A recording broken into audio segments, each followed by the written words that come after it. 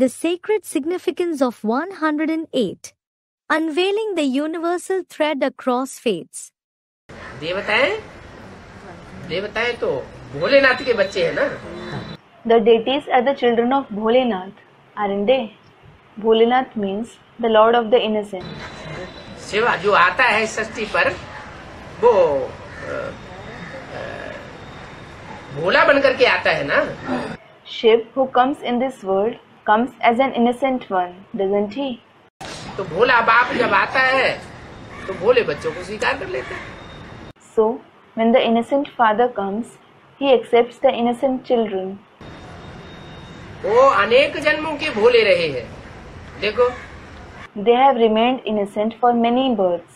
Look, Mohammad Ghori और पृथ्वीराज चौहान, कौन भोला था? Muhammad Gauri and Prithviraj Chauhan. Who was innocent? और कौन चाणा था? Students, Prithviraj Chauhan. And who was cunning? हैं? ज्यादा चालाकी किसने दिखाई? Who had shown more cleverness? Mohammad Ghori ने कितनी चालाकी दिखाई? बार बार माफी मांगना और बार बार हमला कर देना। Muhammad Gauri had shown so much cleverness, asking for forgiveness again and attacking again and again.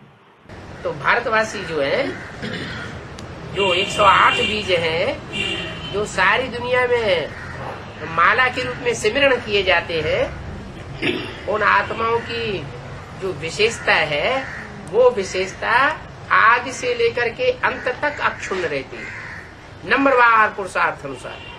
So, the speciality of the residents of Bharat, who are the 108 seeds, who are remembered in the entire world in the form of the rosary, remain undiminished from the beginning till the end, number-wise, according to their efforts. उनमें एक आत्मा ऐसी है जो आदि से लेकर के द्वापर के आदि से लेकर के अंत तक विदेशियों से संघर्ष करती रही।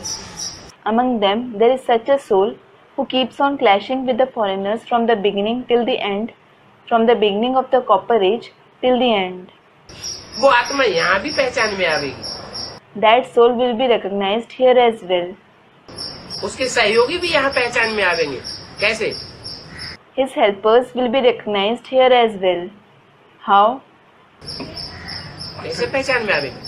How will they be recognized? जो भी हो, वो आदि से लेकर के अंत तक यहाँ ब्राह्मणों की संगम दुनिया में संघर्ष में रहेंगे। Whoever they are, here in the Confluence Age Brahmin world, they will remain in clash. संघर्ष में रहते हुए भी वो अपनी सच्चाई को छोड़ने वाले नहीं हैं। Despite being in clash, they won't give up their truth. उनकी भावना यही रहती है, सत्य की विजय हो, असत्य का नाश हो। They have this intention that the truth should win and the falsehood should be destroyed.